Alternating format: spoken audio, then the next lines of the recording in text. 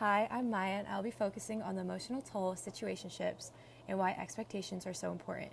I will be reading an anonymous story submitted by a Berkeley student about their current personal experience with blurred boundaries and unclear expectations.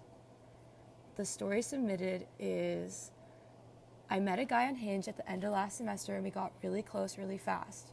Within the first week, we went on multiple dates and I was already sleeping over at his place.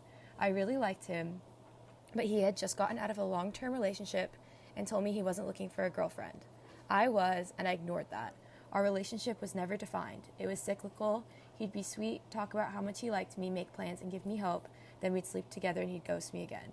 The relationship hurt in a quiet way. It wore me down by giving me just enough hope to stay, but not enough respect to feel secure. And eventually I wasn't even heartbroken over him. I was heartbroken over the version of myself that accepted so little for so long. It still haunts me, and it makes me feel dumb and weak. I'll be giving advice for both how to deal with situationships like this going forward, along with the emotional recovery process that will help you overcome feeling this way. First, for the advice. First, you need to recognize and give yourself kindness. This situation came from mixed signals and mismatched expectations. Not because you are dumb or weak. You were hopeful and you cared and you went through this, and it is incredibly common, so please don't carry it alone. We're here to help you walk through how to navigate situationships like this and how to take care of your emotional well-being moving forward. Even though your connection started fast and felt exciting, this person did communicate that they weren't emotionally ready for a relationship. You two entered the situation with different expectations, and that's what made you feel unstable and confused. When someone isn't ready, their actions won't match the closeness you feel, and that mismatch is not your fault. Hope is not a flaw, but moving forward, protect your heart by making sure someone's readiness matches your intentions. You deserve consistency, clarity, and someone who meets your energy, not someone who drains it. You deserve a relationship that feels secure, stable, and dependable. Don't let this one experience change how you value yourself or what you expect in the future. You are loved deeply by so many people, and you deserve a partner who adds to your life, not one who pulls you into cycles that leave you emotionally drained. Now, to talk about the emotional recovery.